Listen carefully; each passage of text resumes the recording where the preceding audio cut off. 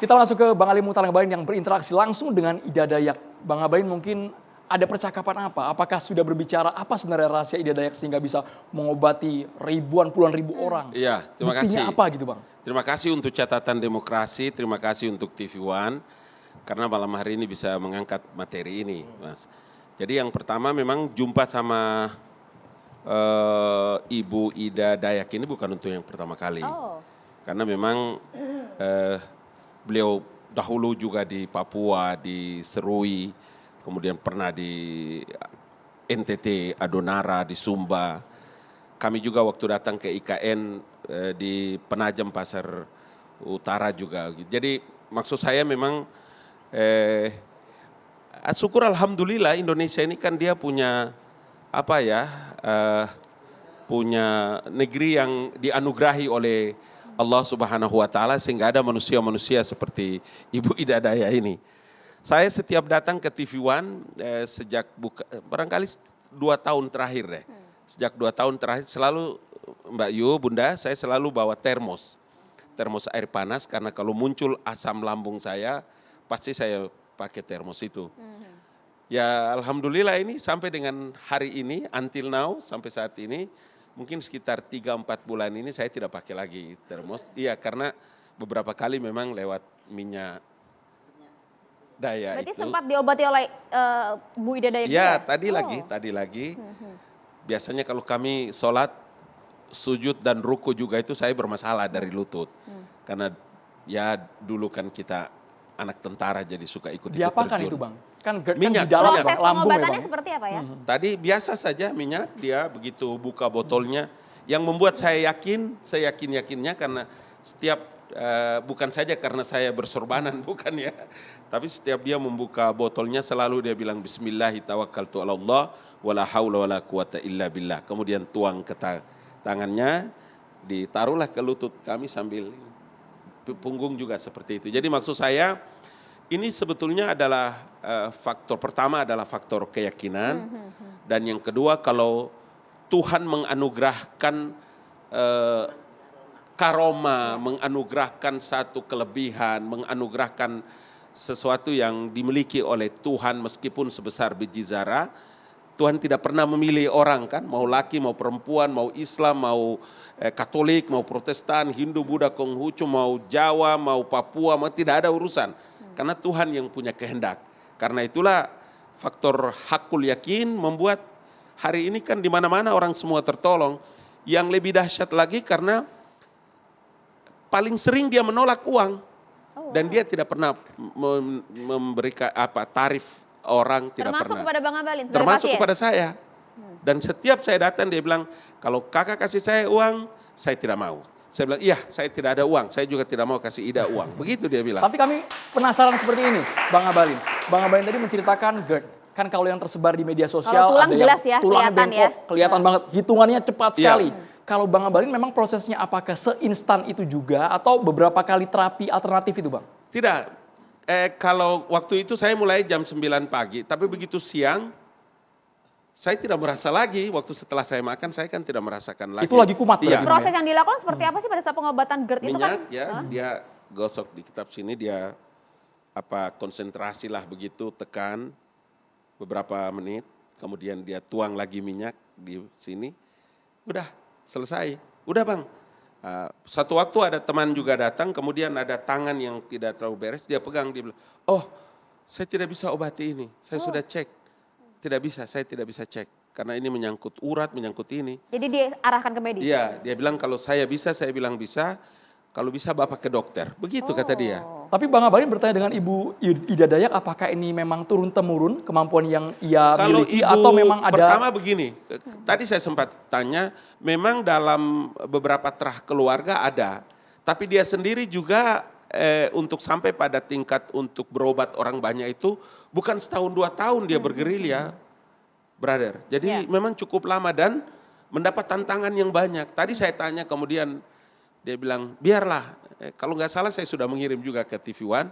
Yang penting kita ikhlas karena yang bisa menilai saya itu, yang bisa menilai hati saya adalah Tuhan Allah. Jadi nanti Tuhanlah yang nanti menilai. Adapun orang menilai bagaimana, yang penting saya bisa datang kemudian membantu orang banyak. Toh saya juga tidak Membantu minta ya apa-apa. jadi Bang Abalin. Menarik Iya. nih, kita juga punya tayangan pada saat Bang Abalin berbincang langsung bersama Ibu Ida Dayak. Kita tampilkan terlebih dahulu. Tapi Kalau- tenang aja, kita kan dikelilingi oleh orang baik. Orang baik toh. Dibantu oleh orang baik, dikelilingi sama orang baik. Amin. Kita jangan takut berbuat kebaikan, Membantu orang. menjalani, membantu orang. Kita kan menolong orang. Ibu Ida baru cerita sama kakak bilang tidak gampang karena difitnah, sakit banyak. Tapi karena niat baik dan ada anugerah Tuhan Allah turun, Mungkin Tuhan kasih kan. Tuhan kasih Kasih. berkat ya. Ya, tapi pahit. Pahit ya. Perjalanan itu tidak gampang. Kita jalani aja dengan enjoy dengan tenang. Ya. Itu Jangan dibikin terlalu berat Ya. beban, padahal Ini. beban itu memang berat beban itu, tapi seolah-olah kita jalani sehingga beban itu tidak terlalu berat. Memikul beban berat. ini abang harus. Kalau untuk Bang Abalin berhasil, tapi ada tidak Bang Abalin cerita bahwa dari banyaknya pasien testimoni ada yang bisa diobati, tapi ada juga yang gagal. Bukan gagal, ada yang kalau dia setelah periksa tentu dari dia punya perasaan, instingnya, dia merasa bahwa tidak bisa, dia bilang tidak bisa. Jadi apa yang sudah dikerjakan pasti berhasil ya? Belum pernah ada yang Belum ada yang datang gagal. kemudian mengatakan bahwa gagal dan belum pernah. Karena tadi saya bicara juga sama Akang itu, suaminya juga, kemudian ponaannya di situ juga semua. Dan ya ini orang tulus itu perkaranya. Dia tulus, ikhlas sehingga pasti kemurahan Tuhan itu begitu hebat kepada orang-orang yang ikhlas. Menurut saya Iya, begitu ya, oke. menurut saya. Bu Siti Fadila, kalau kita melihat dari segi medis dan juga non medis, karena ini kan pengobatan alternatif di luar medis ya Bu ya. Apa yang bisa Anda tangkap dari sini Bu Siti? Ini dari pandangan saya sebagai Iya. mantan Menteri Kesehatan Iya. ya. Memang pengobatan di bangsa kita itu banyak sekali macamnya dan itu semua diterima. Dan pada waktu saya menjadi Menteri Kesehatan, pengobatan yang seperti ini itu termasuk pengobatan alternatif. Itu saya masukkan di dalam pengobatan dalam bidang kesehatan. Jadi kita akui. Jadi kita masukkan resmi. Jadi menurut saya, Resmi Bu? iya ada SK saya waktu itu. Nah menurut saya pemerintah untuk menyikapi ini dengan baik itu menurut saya wajar. Bukan negara tidak boleh, menurut saya Dokter Eva tadi mengatakan negara jangan menginikan. Kalau menurut saya kalau memang hasilnya baik dan ternyata dan yang saya lihat tidak pernah ada fail, tidak pernah ada kegagalan, why not? Itu memang cara yang khusus. Dan semua penyembuhan itu sebetulnya yang menyembuhkan hanya Allah, hanya Tuhan, bukan obat, bukan dokter, bukan siapapun juga. Dan Bu Ida ini mengatakan bahwa ini adalah kehendak Allah, bukan saya yang dia bilang begitu di dalam. Jadi saya setiap hari itu mengamati dia betul. Dan saya sangat melihat beliau ini saya sangat sejuk terus terang. Saya berpikir bahwa Bu Ida Dayak ini menurut saya datangnya ke masyarakat umum di Pulau Jawa ini merupakan berkah. Di mana masyarakat kita dalam keadaan yang sebetulnya gelisah, cemas, kalau sakit bingung, tidak sakit pun harus bayar iuran BPJS. Ini Ibu Ida ini datang dengan wajah keibuan, dengan gerakan-gerakan yang manis menurut saya ya. Gerakan-gerakannya itu penuh kasih sayang, penuh kepedulian, dan penuh aku mau nolongmu. Nah itu sesuatu yang sangat dirindukan oleh masyarakat banyak. Saya sampai pernah berlinang air mata melihat dia ngobatin. Saya melihat orang-orang sekitarnya itu matanya sangat berterima kasih begitu. Rakyat kecil itu. Nah itu saya rasanya ikut berterima kasih pada Ibu Ida. Telah memberikan, at least memberikan hiburan. Bahwa kita itu masih punya harapan. bahwa ada harapan di dunia lain. Ada harapan, apa yang kita harapkan tidak apa yang kita lihat di depan mata kita. Kita ini kan sedang prihatin, Ya. habis COVID, kemudian ada resesi ya Pak Ngabalin ya, dan semuanya menggelisahkan. Dan ini ibu ini datang dengan penuh senyum, ikhlas, dan kepedulian pada rakyat kecil. Ini sangat, menurut saya ini sendiri suatu obat bagi masyarakat banyak, menurut saya. Dan kalau dipandang dari sudut medis, keajaiban itu memang ada.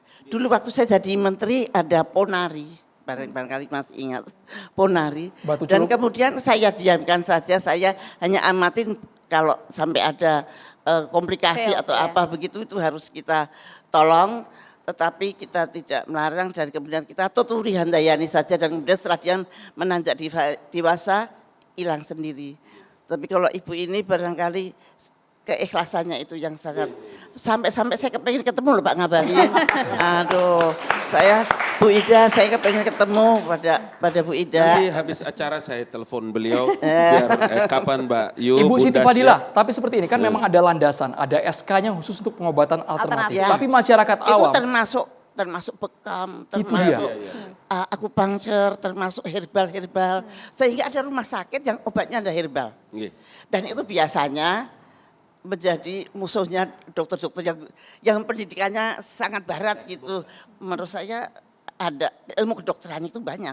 Satu ada dulu Avicenna, dulu dari zaman Nabi itu ada Avicenna. Kemudian ada juga kedokteran timur dari China, dari Cina itu juga luar biasa.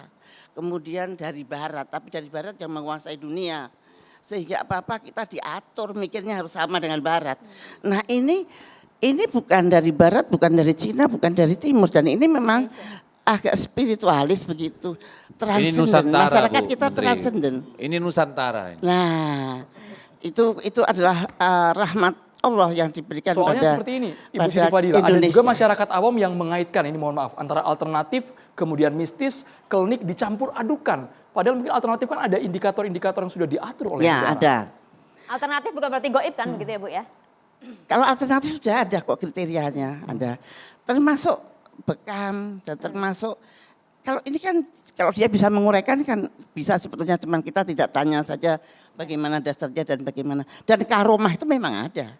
Ada satu dok yang sering kali dia lakukan itu samalah seperti kita orang Islam ini ya. Kalau kadang-kadang kan kalau dahulu orang hamil tidak boleh keluar sebelum maghrib atau Nah, itu, macam-macam dan lain-lain. Keyakinan ya. Ada orang yang harus mesti kita percaya bahwa local wisdomnya Indonesia itu luar biasa. Umpama begini, saya pernah lihat pada waktu sebelum dia berobat dan banyak orang, dia menghadap di ruang terbuka.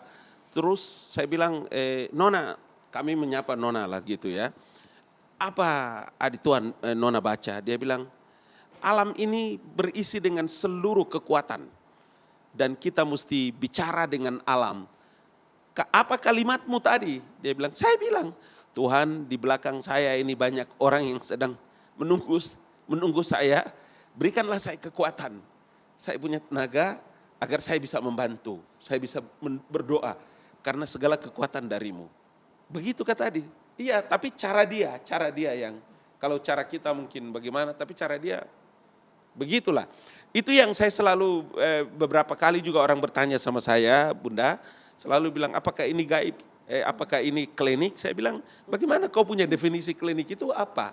Definisi gaibmu, kekuatan gaib itu hanya dimiliki oleh Allah, oleh Tuhan. Dan inilah Tuhan memberikan kekuatan. Karena sampai 347, 40, banyak orang dalam satu hari itu nggak mungkin, brother, kalau dia tidak punya kekuatan untuk bisa mengobati orang tenaga. Jadi menurut saya ada kekuatan ilahi, kekuatan Tuhan yang dianugerahkan pada Izin boleh diri saya kita. bicara? Dan ini Ya.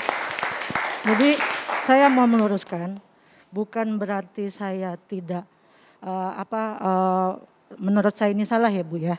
Jadi kalau menurut saya, bukan tadi maksud saya negara tidak boleh mempromosikan, bukan begitu. Maksud saya, jika ini negara sudah menganggap ini adalah sesuatu bagian dari pengobatan di negara kita ini, why not gitu loh. Karena ya tadi saya bilang kan, rakyat boleh memilih. Dokter, saya Ya, dengar, lagi-lagi Bang. Kasih saya kesempatan. Saya harus tahan Anda di situ. Bang, saya mesti Saya harus tahan dengar Anda dulu di situ. penjelasan saya Karena sebelum Anda ini tuntaskan tunggu, dulu, Mas. Bang Deddy. Kalau Kita memang tuntaskan. saya tidak boleh Tadi bicara, sudah saya ngomong, akan stop. dan saya harus hentikan. Stop. Tadi sudah Pak. dicerahkan oleh mantan Menteri Eh. Kesehatan. Pengobatan alternatif sudah Bapak di-SK-kan. Bapak Anda kan masih mau pejabat. menuduh itu kesalahan negara. Bapak harusnya dengar Nanti dulu. Bang Deddy Saya kita kasih rakyat, porsi Pak. bicara sendiri, Yang Bang Deddy. Pak, Tidak saya dulu. rakyat. Tuntaskan. Bapak dengan saya. Tidak saya boleh rakyat, gitu. Pak. Supaya Saya jelas. mewakili Anda rakyat, apa Pak. menuduh negara? Bapak dan Ibu, Dengar kita dulu, bergantian Pak. bicaranya. Yang bisa Saya belum merepresentasikan selesai negara ngomong, Baik, kita siapa? harus jeda dulu hanya di Carta Bang Deddy, Demokrasi kita tahan pemirsa. dulu, Bang. Tetaplah bersama Sudah kami tidak hanya di Carta selesai. Demokrasi.